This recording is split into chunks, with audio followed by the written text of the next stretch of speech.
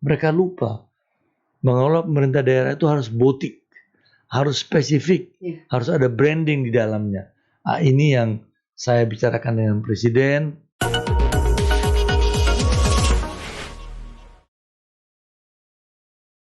Assalamualaikum warahmatullahi wabarakatuh. Akhirnya saya bisa mengundang Pak Fadel ke sini. Selamat datang Pak Fadel.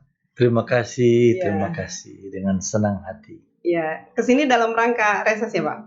Saya seperti biasa dalam rangka reses berkunjung 4 hari ke Provinsi Gorontalo dan malam ini berkesempatan ketemu dengan teman lama kita. Iya. Sangat luar biasa Pak. Saya sangat senang, baru sekali saya WA dan Pak Fadel langsung merespon. Iya. Ya. Jadi Pak Fadel ini kan seorang politisi, kemudian seorang pengusaha, juga seorang akademisi, seorang guru besar di Universitas Brawijaya. Ini Pak Fadel ini tidak capek ya Pak? Capek. Cuman capek itu jangan dikatakan. Ya. Kalau dikatakan dia terasa, tapi kalau tidak dikatakan dia tidak terasa. Maka kita keep on moving and keep on doing, dan insya Allah akan berhasil. Dan saya tidak pernah melihat Pak Fadel kecapean. Ya capek juga, cuma artinya tidak ditunjukkan. Tapi ya kadang-kadang kalau terlalu banyak kegiatan, terlalu banyak masalah, pasti ada capek. Namanya juga manusia biasa, Femi. Iya, Pak Fadel berkiprah di politik itu sejak kapan Pak? Jadi saya itu kiprah di politik itu sejak mulai terjadi reformasi. Pada waktu itu saya pengusaha. Saya tamat dari ITB saya masuk tahun 72, tamat 77-78 saya tamat, dan kemudian saya bersama teman-teman membuat perusahaan namanya PT Bukaka Teknik Utama. Kita memproduksi alat-alat permesinan. Dan kemudian perusahaannya mulai dari 20 orang tumbuh 40, 60, 200 sampai ribuan orang. Dan kita pada tahun awal 80 itu sudah dikatakan perusahaan menengah dan akhir 80 sudah dikatakan perusahaan besar. Dan perusahaan besar maka kami disorot oleh pemerintah karena kita sebagian besar pekerjaan-pekerjaan dapat dari pemerintah ketika itu. Maka tahun itu ada tim Kepper 10 yang diketuai oleh Pak Ginanjar. Saya dengan teman-teman kemudian dapat kerjaan banyak sekali dan kita untung ratusan miliar rupiah, dan akhirnya kita bikin itu berbagai alat konstruksi dan kita bikin Garbarata yang diberikan nama oleh Pak Presiden Soeharto, asal kata Gorboroto, tengah-tengah perut. Itu adalah jalan dari turun bandara ke airport ke terminal. Itu namanya Garbarata, asal kata dari Gorboroto oleh Pak Harto. Ketika itu kemudian saya diminta untuk masuk ke Golkar, dan saya dengan teman-teman banyak, termasuk Pak Yusuf Kalla, termasuk Fahmi Idris, semua kita pengusaha-pengusaha masuk di Golkar, Pak Darmono ketua. Maka 90-an itu Golkar berjaya dan kami pun berkiprah di sana. Dan ketika itu cuma 3 partai, Golkar, P3 dan PDI. Jadi semua kita di partai pemerintah lah. Akhirnya saya usaha tambah hari tambah besar. Pada tahun 98, 99 saya dipercaya menjadi menjadi bendahara umum di Golkar, di mana Pak Akbar Tanjung ketuanya, dan kemudian saya diminta oleh orang tua saya, ibu saya, dan didorong oleh Pak Golkar untuk menjadi gubernur pertama tahun 2001 di Gorontalo. Itu kronologi singkat saya di politik, Femi. Ya, berarti karir politik pertama Pak Fadel ini jadi gubernur di sini, di Gorontalo. Karya politik dalam pengertian eksekutif adalah di Provinsi Gorontalo, gubernur pertama di Gorontalo, dan saya berkiprah di sini 1 periode niat saya. Tapi kemudian diminta calonkan lagi jadi 2 periode. Dan pemilihan kedua saya 84,5%. Jadi suara terbanyak. Terbanyak pada waktu itu. Iya, di antara semua calon gubernur ya. Betul, 3 calon ketika itu. Iya, jadi Pak Fadel ini kan waktu pertama ke sini, ya saya masih ingat sekali itu programnya Pak Fadel dulu, 3 program unggulan, pertanian, perikanan, dan pendidikan ya. Ya, SDM. Iya, itu yang selalu sumber daya ya, manusia. karena waktu itu kan saya kebetulan masih wartawan yang ikut-ikut Pak Fadel di provinsi. Ya. Dan di mana-mana Pak Fadel selalu menggaungkan itu. 3 program unggulan. Iya, untuk pertanian itu Pak Fadel kok memilih jagung? Saya memilih pertanian, tetapi pertanian itu kan luas. Entry point-nya jagung. Ya. Entry point kita jagung. Karena rakyat Gorontalo itu sebenarnya suka makan jagung. Dan mereka itu suka nonton sepak bola. 2 itu paling hobi orang Gorontalo. Makan jagung, nonton bola, suka bicara bola. Jadi saya kemudian suruh mereka tanam jagung, tapi kemudian bukannya tanam, tapi saya carikan benih jagung yang bagus.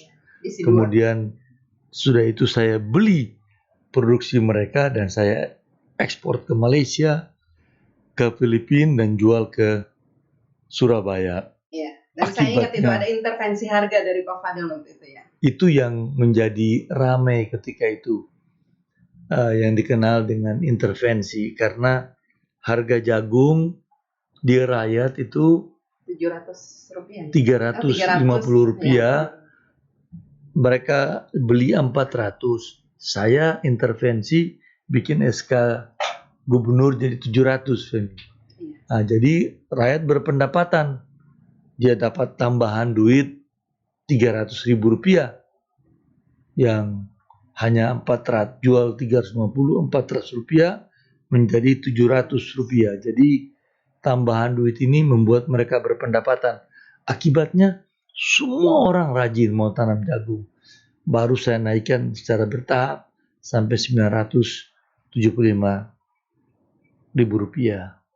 Kalau sekarang sih udah 6.000, luar biasa. Iya, 6.000. Dan apakah karena program ini sehingga Pak Fadel itu kan, jadi ada yang bilang begini, Pak Fadel ini kenapa ya setiap pemilihan pasti mendapatkan suara terbanyak ketika pemilihan gubernur yang kedua itu 84%, ya 84% sekian, kemudian mencalonkan lagi, iya itu selalu terpilih.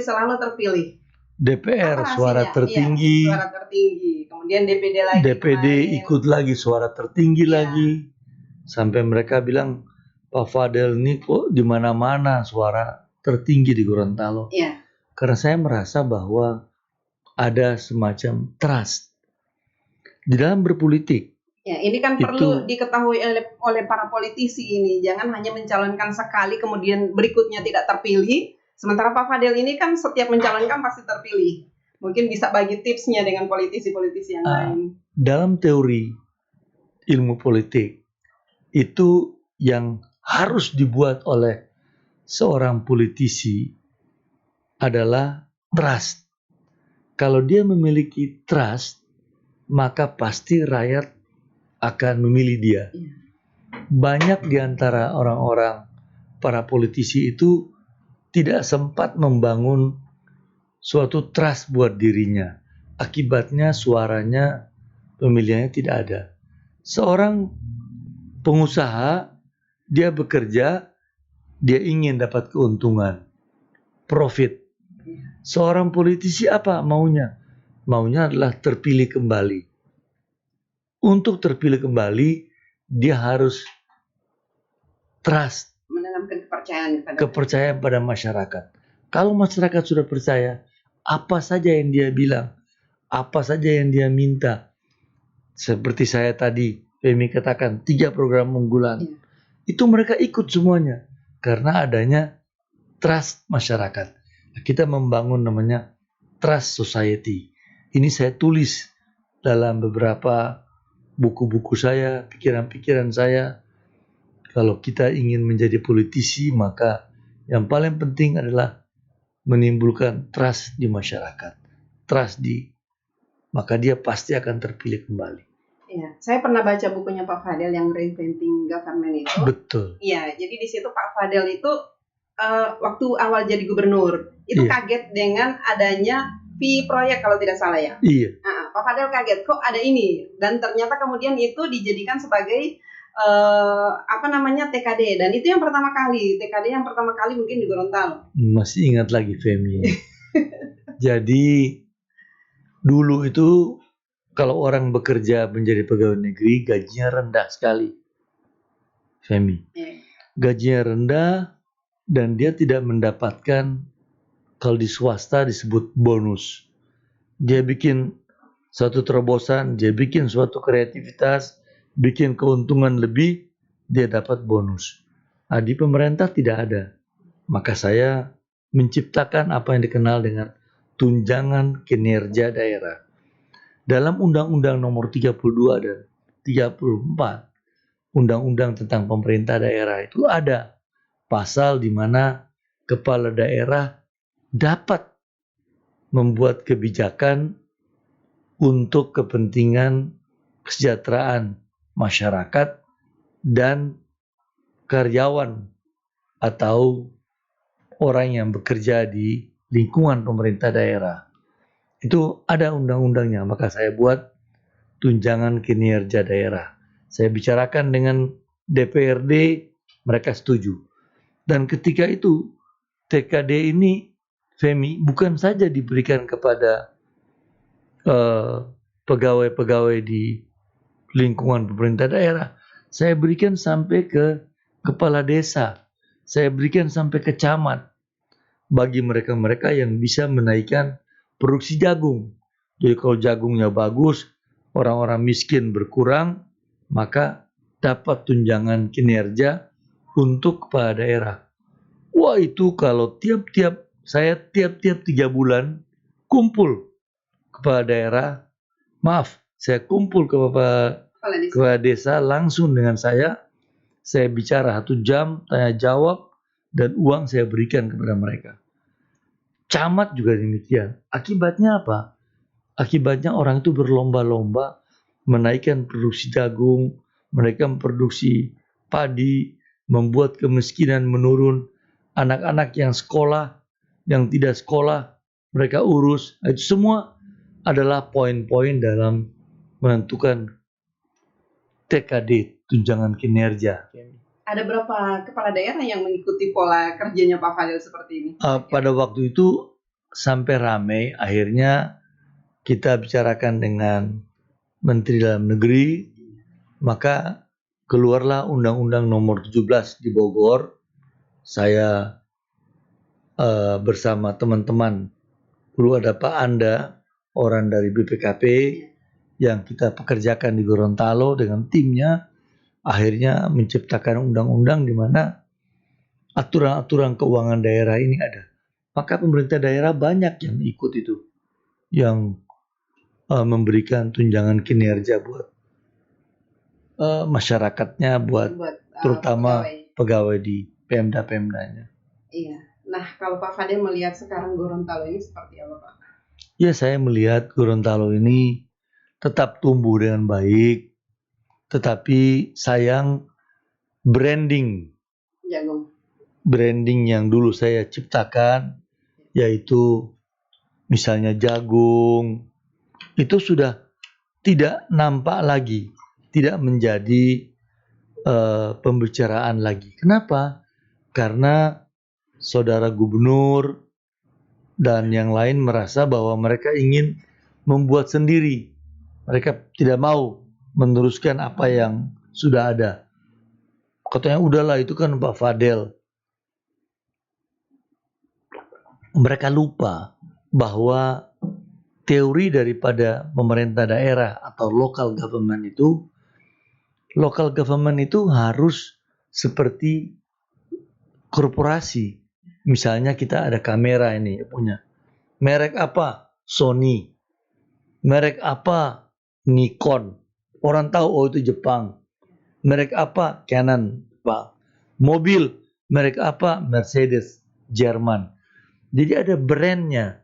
Pemerintah daerah sekarang ini sudah harus memiliki branding. Saya baru-baru ini bicara dengan Presiden Jokowi selaku Wakil Ketua MPR. Bicara lama dengan beliau mengenai apa yang Femi tanyakan di pemerintah daerah. Itu pemerintah daerah itu banyak yang kehilangan identitasnya sehingga APBD yang mereka punyai tidak dibelanjakan secara fokus. Maka tidak nampak apa yang dia bikin. Bukan hanya kehilangan identitas Pak Fadel, kehilangan inovasi juga. Apalagi itu, kehilangan inovasi, kehilangan kreativitas, maka identitasnya hilang. Jadi mereka tidak fokus dalam berbuat. Mereka itu lucu, menganggap pemerintah daerah itu seperti supermarket. Orang masuk mau beli silet ada, mau beli sikat gigi ada, mau beli sabun ada, semua barang ada. Mereka lupa mengelola pemerintah daerah itu harus butik, harus spesifik, harus ada branding di dalamnya. Ini yang saya bicarakan dengan Presiden dan kita harapkan pemerintah daerah ke depan itu sudah harus merubah ke arah sana. Politisi-politisi inilah yang kita harapkan. Gorontalo juga demikian. Gorontalo ini sudah kehilangan identitasnya. Tidak kelihatan. Malah yang saya sedih, saya adalah pimpinan di MPR. Kami ada 10 orang pimpinan di MPR. Itu kalau kita rapat-rapat, bicara-bicara, yang banyak muncul di media nasional malah masalah korupsi di Gorontalo, masalah GOR, masalah korupsi, masalah ini. Itu kan sedih. Kita sedih, hilang identitas. Ini yang sebenarnya Gorontalo ke depan jangan demikian. Kita harus mencari pemimpin yang memiliki identitas dan berpikir buat rakyat itu kuncinya. Rakyat berpendapatan. Iya. Itu. Iya, dan jagung itu kan memang rakyat sudah terbiasa menanam jagung. Ya.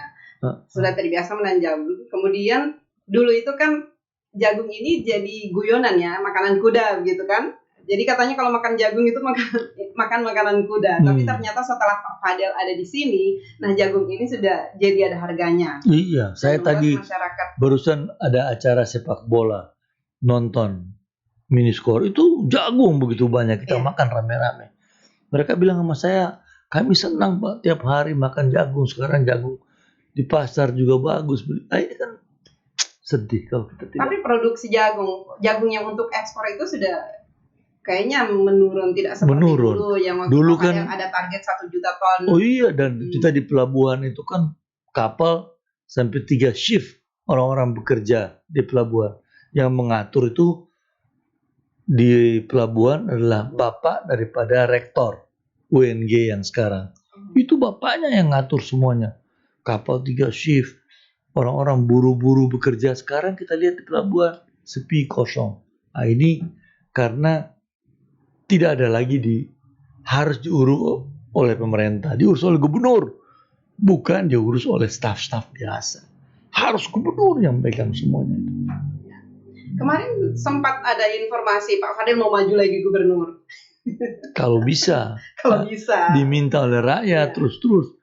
Tapi apa sudah nggak bosan orang? Kita udah tua begini, jadi penasehat lah. Ya, tapi kan kalau dipercaya kan tidak ada kata bosan. Ya, tapi kan kalau kita jadi dipercaya yang lain aja. Saya jadi penasehat, saya bersedia. Oh gitu. Iya, mungkin kita bisa lihat ada nostalgia kita Pak Fadel. Ini Pak Fadel. Oh. Pak Fadel tahu nggak ini? Ini saya lagi meliput Pak Fadel turun. Iya, Femi. Ya Allah. Ini anak kecil ini Pak Fadel tahu? Ini dia, anak saya. Oh iya, kok udah cakep juga sekarang. Iya, ini Pak Fadel saya kan sering dulu turun dengan Pak Fadel. Selalu. Ini operasi pasar ini dulu. Kalau tidak salah waktu bulan puasa. Betul. Kemudian Pak Fadel memastikan apakah stok ada untuk sembako. Waduh, benar-benar. Ya, ini saya dapat foto ini dari teman yang kemudian dikirim ke saya. Anaknya lucu.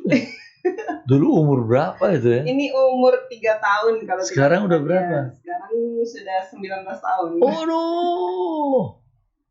Iya, ini Pak Boni. Wintu. Ini wartawan yang satu ini sudah jadi PNS di Garut. Ini kok Tang yang punya Makro. Ini di Makro Pak Fadel. Iya. Iya. Jadi ini apa namanya? Masyarakat merindukan sosok gubernur seperti ini yang turun ke lapangan, yang memastikan pasar apakah terpenuhi kebutuhan masyarakat. Saya itu selalu. Iya. Maka mereka tanya sama saya, baru ini yang lalu, orang-orang Golkar, tokoh Golkar mempersiapkan calon Golkar jadi calon presiden. Satu di antaranya yang paling kuat Erlangga, kebetulan teman dekat saya. Sudah anggap adik. Mereka tanya Pak Fadel, apa nasihat Pak Fadel? Saya bilang nasihat saya satu aja, ikut Jokowi. Turun ke lapangan, sering turun ke lapangan seperti Jokowi. Kalau kalian seperti itu, insya Allah rakyat mau pilih. Saya bilang begitu terus. Nah, ini saya ingatin, saya dulu berbuat demikian. Gak pernah berhenti. 2000 berapa ini? 2003 ya? 2003. Nah, saya 2004. Selalu turun ke lapangan, non-stop. Tiap hari turun. Kerja cuma sore atau malam di kantor. Kalau siang, pagi di lapangan terus. Bersama rakyat. Kemudian Pak Fadel, apa namanya, kalau misalnya untuk calon gubernur dari Golkar itu Pak Fadel? Di Gorontalo. Di Gorontalo ini ada beberapa calon-calon yang nampak seperti Pak Nelson yang bupati sekarang, Pak Marten, kemudian mantan bupati di Pohuwato juga, Pak Sarif. Nah, itu mereka sudah beberapa tokoh-tokoh daerah ini yang mau maju. Tokoh nasional mau maju juga, tapi tidak jelas masih maju apa tidak. Seperti Pak Rumkono, Pak Rahmat Gobel. Nah, cuman sampai hari ini maju mundur. Belum ada sikap yang jelas. Kita lihat, saya kira akan muncul pada tahun 2022, bulan-bulan sesudah Rusli selesai tugasnya. Maka akan muncul calon-calon itu. Pak Rusli sampai Mei 2022. 22 ya. Tapi katanya Pak Fadel mau masuk PKB atau sudah masuk Pak? Udah. Mereka minta di partai PKB, mereka minta di partai P3. Saya bilang sudah stop. Saya sudah melewati semuanya. Saya sudah 70 tahun umurnya. Saya sudah anggota Dewan Perwakilan Daerah yang independen, bebas, tanpa ada ikatan pada partai. Jadi berarti Pak Fadel tidak ada partai lagi sekarang atau tetap masih tidak Golkar? Kader otomatis di Golkar, tapi tidak ikut di struktural lagi seperti dulu. Ya, cuman anak-anaknya Pak Fadel itu ada nggak yang jadi politisi? Ada, cuman saya utamakan mereka untuk bisnis. Seperti anak saya yang pertama Fikri, saya bilang jangan, kamu full aja di bisnis. Dia usahanya sudah maju cukup besar, sudah miliar. Kemudian yang Fauzan yang sudah beberapa kali ke sini. Fauzan di sini masih kecil. Sekarang dia ingin juga maju di sini. Mereka mau calonkan dia calon wali kota atau wakil wali kota katanya. Mau gabung sama Pak Idris Rahim, mau jadi wakil wali kota ini. Saya bilang ya kita lihat ya perkembangan pelan-pelan lah. Tapi direstui. Insya Allah kalau ada yang dia ada minat ke politik. Dia ada minat. Fauzan ada minat. Di antara yang anak-anak saya yang berminat Fauzan. Iya, jadi untuk kemana mereka berkiprah itu Pak Fadel serahkan gitu. Saya serahkan pada mereka, cuma saya mau usahanya harus maju sehingga harus mapan ekonomi. Ada dulu. Ekonomi, duitnya ada. Iya. Wah.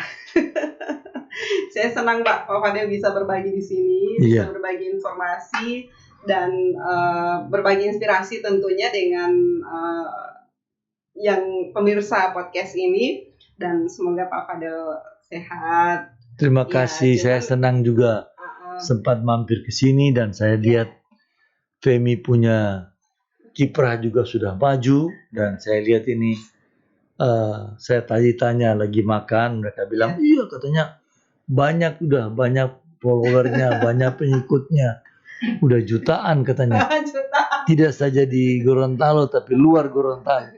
Benar ya? Tidak juga Pak. Tidak ya? Masih butuh dukungan. Insya Allah apa yang saya perlu bantu saya siap bantu. Iya. Ini masih baru. Jadi Udah berapa lama ini? Baru belum setahun. Cukup udah.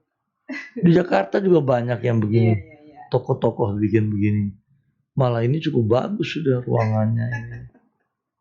Selamat ya dan sukses selalu. Iya, cuman satu lagi Pak. Boleh. Pak Fadel itu kan politisi pengusaha, mau lagi jadi guru besar. Karena akademisi. Jadi saya itu di ITB dulu kan mahasiswa teladan tahun 76 dan kemudian dapat penghargaan, dapat beasiswa dari Caltex. Kemudian saya ambil master di Stanford University dan saya ngambil S3 di Gajah Mada dalam bidang sosial yang dekannya sekarang Menseknek. Nah, kemudian sudah itu saya mengajar di Brawijaya. Saya khusus spesialisasi dalam bidang kewirausahaan di sektor publik. Nah, guru besar di bidang ini di Indonesia ini masih langka sedikit sekali. Karena sektor publik ini adalah sektor di mana BUMN, pemerintah daerah, pemerintah pusat, sektor publik ini saya ingin mempengaruhi agar sektor publik itu ada jiwa, spirit entrepreneur di dalamnya. Saya percaya, maka saya khusus menulis, mengajar mengenai itu. Dan murid-murid saya banyak. Dan saya selalu di Gajah Mada, di Brawijaya, di beberapa perguruan tinggi selalu diundang untuk ceramah, bicara. Sekarang apalagi enak karena saya cukup dari rumah aja udah bisa ngajar di mana-mana. Iya, dan Pak Fadel yang menemukan teori itu ya, menggabungkan sektor pemerintah dengan swasta. Betul. Nah, teori Fadel itu yang kemarin. Iya. Local government, pemerintah daerah. Iya. Oke Pak Fadel. Terima kasih banyak. Jadi saya siap untuk menjadi penasehat lagi di Gorontalo. Iya. Siap berkiprah selama hayat dikandung badan, Femi, maka saya tetap akan mengabdi buat rakyat Gorontalo. Ya, terima kasih. Saya diundang ke sini. Target selanjutnya Pak di partai politik masih? Saya kira sudah tidak di partai politik. Saya tetap di DPD saja. Dewan Perwakilan Daerah. Iya, ada pesan lagi untuk masyarakat. Saya ingin menyampaikan 3 pesan terakhir saya pada kesempatan yang berbahagia ini. Yang pertama adalah keberhasilan itu adalah sebuah perjalanan, bukan sebuah tujuan.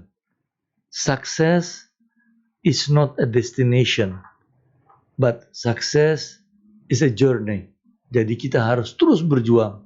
Selama hayat dikandung badan, selama semangat masih ada, kita harus berbuat sesuatu buat kepentingan banyak orang.